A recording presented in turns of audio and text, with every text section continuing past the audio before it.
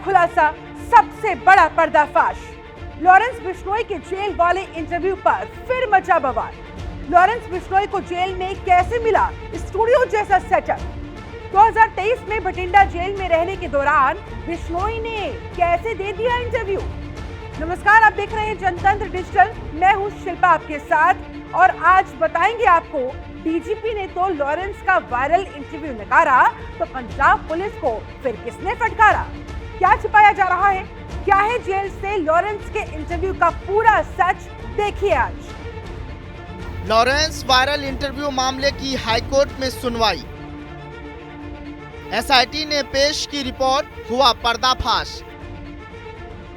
SIT ने खोले चौंकाने वाले राज। पंजाबी सिंगर सिद्धू मूसेवाला हत्याकांड के मास्टरमाइंड कुख्यात गैंगस्टर लॉरेंस के जेल से इंटरव्यू मामले में बड़ा खुलासा हुआ है।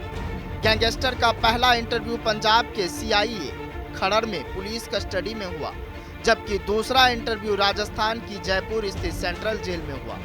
इस मामले की जांच कर रही स्पेशल इन्वेस्टिगेशन टीम ने अपनी रिपोर्ट में यह खुलासा किया।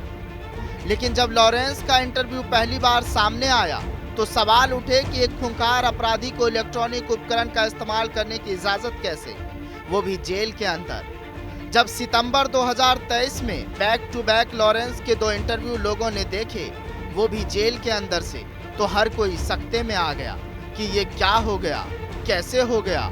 लोगों ने बार बार आंखें फाड़ फाड़ कर इस इंटरव्यू को देखा, मानो किसी बड़े सेलिब्रिटी की तरह लॉरेंस इत्मीनान के साथ बेखौफ होकर हर एक सवाल का जिस मस्त मौला अंदाज में जवाब दे रहा था, वो हैरान करने वाला था। चूंकि पिछली सुनवाई के दौरान कोर्ट ने स्पेशल डीजीपी प्रबोध कुमार के नेतृत्व में एसआईटी का दोबारा गठन किया था। एसआईटी में डीजीपी नीलाभ किशोर और एडीजीपी नागेश्वर राव को भी शामिल किया गया था। उन्हें आपराधिक साजिश और भ्रष्टाचार के एंगल से भी जांच करने के आदेश दिए गए थे।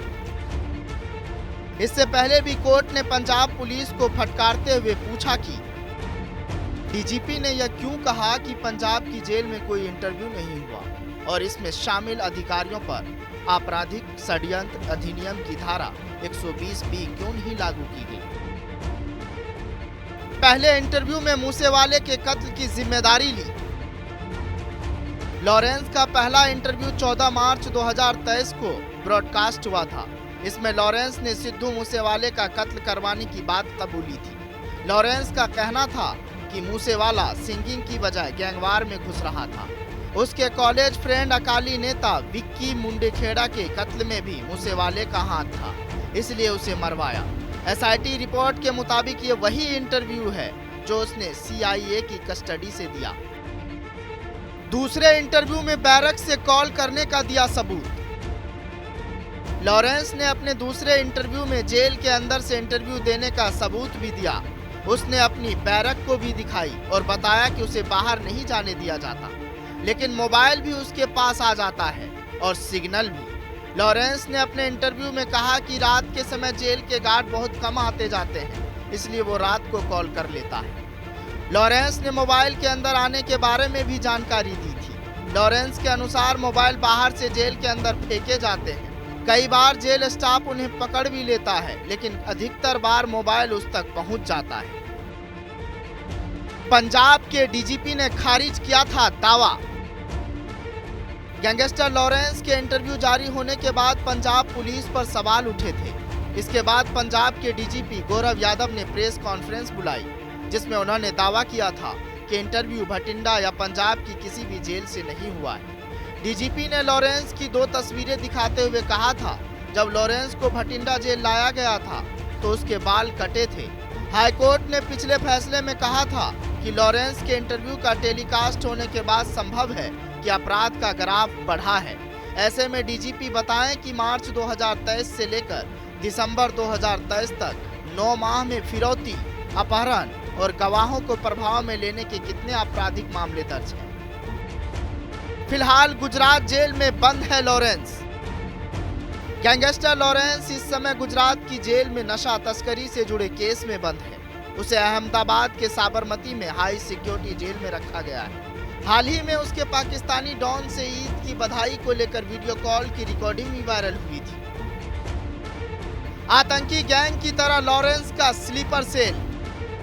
आतंकियों की तर्ज पर लॉरेंस गैंग ने अपना स्लीपर सेल तैयार कर लिया है। स्लीपर सेल से जुड़े गुर्गे आम लोगों की तरह हमारे बीच में रहते हैं। ये पेशेवर अपराधी नहीं है, लेकिन अपने आका लॉरेंस का इशारा मिलते ही टारगेट किलिंग करने से भी नहीं चूकते। लॉरेंस गैंग ने ब्रेन वॉश कर स्लीपर सेल में कई नाबालिगों को भी शामिल कर रखा है। ये नाबालिग हथियार सप्लाई, टारगेट किलिंग से लेकर हवाला के जरिए पैसा ठिकाने लगाने का काम कर रहे हैं। कुल मिलाकर एसआईटी जांच के बाद ये साफ हो गया कि डीजीपी उस समय मामले को दबाने की, छिपाने की कोशिश में लगे थे। लेकिन वो कहते हैं ना, सच अपना रास्ता खोज ही लेता है। ऐसा ही हुआ इस मामले में भी। तो अगर पुलिस लॉरेंस जैसे गैंगस्टर्स के खौफ के खात्मे की दिशा में गंभीरता से काम करे, तो ऐसे अपनी नाकामी छिपाने के लिए झूठ के पुलिंदे बनाने नहीं पड़ेंगे। ऐसी ही कुछ और ताजा अपडेट्स के साथ फिर होगी आपसे मुलाकात। तब तक के लिए दीजिए इजाजत। नमस्कार।